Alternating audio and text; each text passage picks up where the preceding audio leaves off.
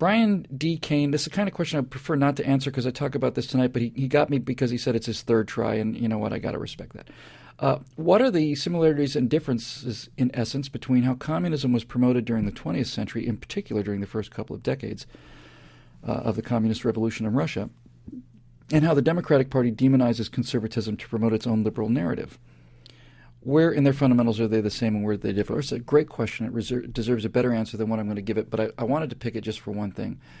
Liberalism and communism, at least modern American liberalism, which is perilously close to Marxism, there's not much of a difference, is essentially the politics of envy. And the reason the American dream worked for as long as it has worked is that we were a people who, this is a very famous line somebody in Britain pointed out, they said the difference between Americans and even Brits, by the way, is they said in Britain, if you see a rich guy driving around in the car, you say, oh, that rich, bastard, who's that guy think he is? But in America, if you see a rich guy driving around in a car, Americans' inclination is to say, look at that rich bastard, I wish it was him, and I'm going to be that guy someday. That's a fundamental difference, isn't it? And it really relates to powerlessness, because if you don't think you can ever be rich, I'll just adjust my seat here because, as I say, my neck's giving me a little trouble today. I'll lean back. If it turns out that's so much better acoustically, I got to get this mic in front of us. We'll find a way to make the show professional because that's 1,000 times better on the audio, isn't it? 1,000 times better. So if you have a society that's a powerless society where you're a serf or a slave or you're a subject, then needless to say, you see somebody who's wealthy and you think, I can't ever be that guy, so to hell with him. But in America, you have a sense of being a master of your own destiny. And that means that if somebody is rich and has the external, signs of being rich, then you wouldn't be such an envy-based society. You would tend to have people who would think, well, he's rich, I can be rich too. It's a nice car. I'd like one for myself.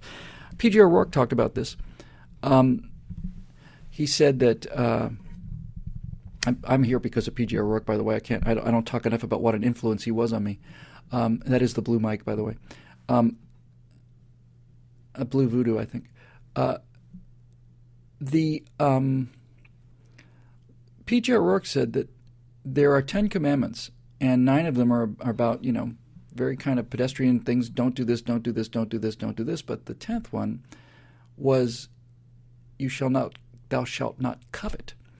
And what God was saying in the 10th commandment was, he says, stop worrying about what other people have and go out and get one of your own. And that's the fundamental idea of America. Now, liberalism is all about wealth redistribution instead of wealth creation. It is the politics of envy. And all of the demonization that we see with Occupy Wall Street and all the other things that the so-called President of the United States talks about are demonizing people who've been successful. And again, this is what we're going to do with this virtual presidency, because we're not going to play defense. I'm so damn tired of playing defense all the time. I'm going to go on offense. And one of the fundamental things that is so obvious, so simple, and so obvious, and it needs to be said every day for 30 years to undo all this damage, is that rich people aren't rich because of the prosperity fairy.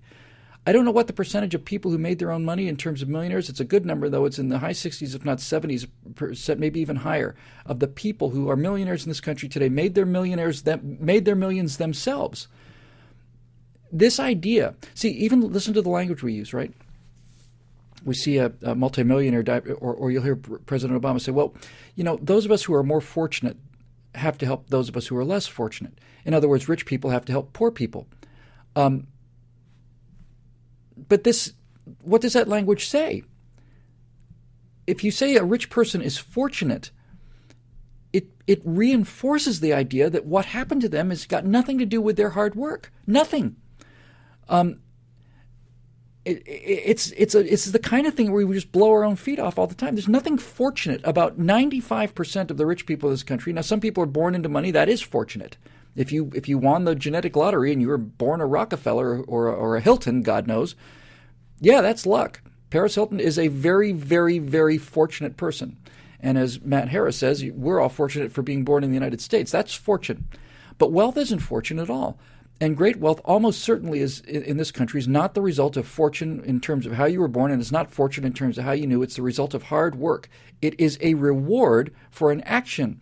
And once we get back to that aspect of it, Then we realize that it is unjust to take away the rewards of people who work harder than other people. And this is where you can get these guys. If you really boil this down to this guy's a doctor and he's got 4 houses and he drives a $200,000 car, that's not fair. Then you have to say, well, this guy took on $400,000 worth of debt, studied every single day of his life, including 12 years after the rest of you got out of college. And you're telling me that this guy should make the same amount of money for studying day and night for 12 years and pulling on $500,000 of debt? This guy should get the same reward as a guy who sat out behind the dumpster in a 7-Eleven smoking doobies all the time? You're telling me that's fair and that's just? Of course it's not just. You get into the difference then between equality of opportunity and equality of result, and then you can start to win the argument. There's nothing fortunate about being rich. Most people who are rich are the opposite of fortunate. Most people who are rich will tell you, time and time and time again, completely blown it, lost it, failed utterly. Businesses are endless series of opportunities to fail that have to be overcome, and simply through perseverance and strength of character and hard work more than anything, you succeed. There's nothing fortunate about it. Nothing fortunate about it. So this is the kind of thing that we have to be prepared to deal with. But the communists and the Democrats are all about envy. That guy got lucky and he's got your share. This is the other thing, too. We need to talk about wealth creation all the time. My wealth creations, when I did the What We Believe speech, my wealth creation bit was my favorite part of that by far. Because once you understand that wealth can be created out of thin air through hard work and imagination, then you realize that a rich person is not a villain at all. Because liberals believe that there's a limited pot of money. It's a zero-sum game. And if a guy has $2 million or a $20 million jet, his $20 million had to have come from a guy who couldn't pay his rent, or some woman who's not going to college, or some starving people in Africa who he stole the money from. So if money is limited, then rich people are villains. They take more than their fair share. But if money can be created out of thin air, then business people or rich people are not villains at all. They're heroes. The only reason they're rich is because they've managed to keep a tiny sliver of the total wealth that they generated for everybody else. It's the argument I made with the Romney thing in the Horowitz speech that I'm very happy with, and so on. So you just have to call them out for what they are. You have to call them out as being mean-spirited, small-minded, awful little mean people who want to steal. See, this is the thing. You got to get them off of their high horse immediately, get them off of their moral high ground. The Democrats and the liberals are thieves. They want to steal the results of other people's hard work. It's not the rich people who are the villains. It's the Democrats who are the villains. These people worked for everything they've got. And when you ask people, when you get them off of their game, and you really get them in an area that they understand, even people like really young kids who don't get any of this stuff at all, they don't think about any of this stuff, I would say to them, hey man, what do you like to do? Oh, I'm a gamer. Oh, you a gamer? Yeah, I'm a gamer. Oh, really? Yeah, I'm a gamer. Okay, that's awesome. Do you play in league stuff? Do you play online? Yep. Do you play with noobs? No, I don't play with noobs. Why not? Because playing with noobs is stupid. It's a waste of time. They're awful. They don't know how to play anything. It's a boring and stupid game. All they do is get in people's way. So you're saying that you don't interact with them because they're not as capable as you are? Yeah, that's right. They just slow the game down. Aren't you basically saying that I'm really good at this, and because I'm really good at this, I need to be rewarded by being with other people who are good at this because it's no fun for me to carry dead weight around? Isn't that what you're saying when you don't play with noobs? And aren't you saying that you have a right through your expertise, because you put so much time and effort into poning noobs, that you have a right to consider yourself? You're proud of it? You're obviously proud of it. What if I told you you have no right to be proud of it? What if I told you that the noobs are just as good as you are, and the only reason that they're noobs is because you're taking all the good kills? You're stealing the good kills from them. They'd have higher scores than you if you weren't in the game. They'd laugh you out of the room. They'd be right. This is how you win these people. It's easy. It's actually easy. You just hit them where they live. And you can do the same thing with young people when it comes to healthcare. We should take it. Well, healthcare should be free. Well, it's not free. It costs money. Well, that's not my problem. Take it from rich people. Okay, we'll take your healthcare from rich people. We'll get rich people to pay for your healthcare. Now, everybody's paying for everybody else's healthcare, so you don't get to use your skateboard anymore. What? No, I'm sorry. You don't get to skateboard anymore because it's very, very, very, very, very clear that skateboarders are injured way out of proportion to the general population. And since we're all paying for it, and since there's only so much money that has to be paid into the pot, since I'm paying for your health care and all the rest of us are now, you don't get to skateboard anymore. We're going to make it illegal. eventually make it illegal because it's just we can't afford the injuries. How dare you? Yeah, how dare you is right. How dare you is right. Now you're talking like a conservative. You want to be left alone. You want to be free. Well, here's the deal, buddy.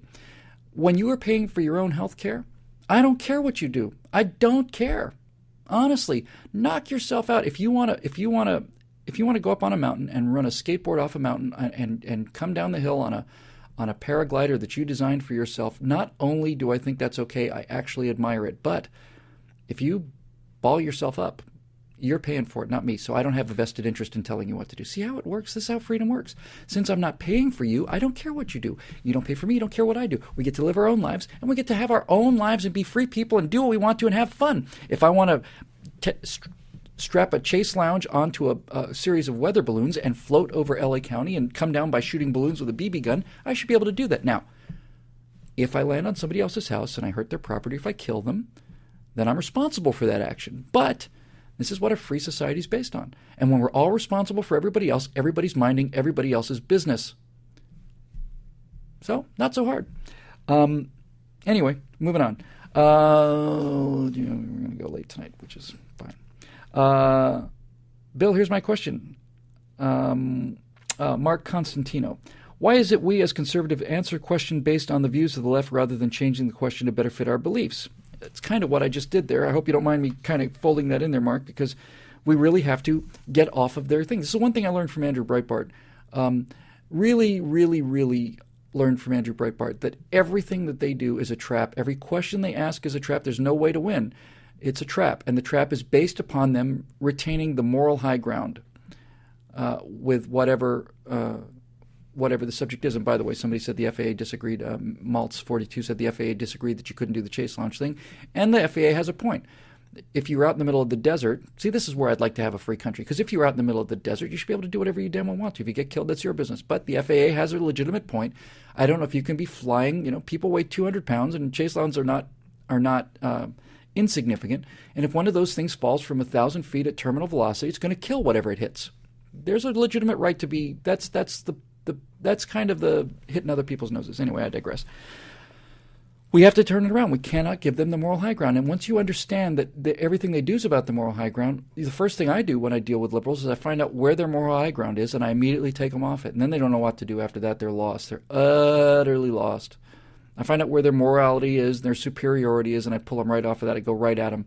Some kid at Oberlin said, why are you against affirmative action? And I said, I'm against affirmative action because I'm not a racist. Why do you support racist policies like affirmative action? What do you mean support racist policies? I said, look, man, you're the one who's saying that black people are too stupid to get into college the same way white people are. That's why you're having a lower admission bar for them. No, it's got to do with social things. It's got to do with them not passing the test. It's got to do with economic realities. I said, nonsense. If that had to do with economic realities, you wouldn't be talking about affirmative action and lower admission scores. You'd be talking about something that I get behind 100%, which is something like the United Negro College Fund. How do you argue with that? People voluntarily putting up money for scholarships, that's dealing with the economic disadvantage issue. That's not saying black people are stupid. They need to have a lower admission score, and coloring all black people with being affirmative action candidates. The guy might have gotten a perfect score on his SATs, but if he's going to a school that you can get in for a lower score, how do other people know? Right? So this kid wanted to take a morally superior position with me because he thought he was being morally superior by helping the brother out in the struggle.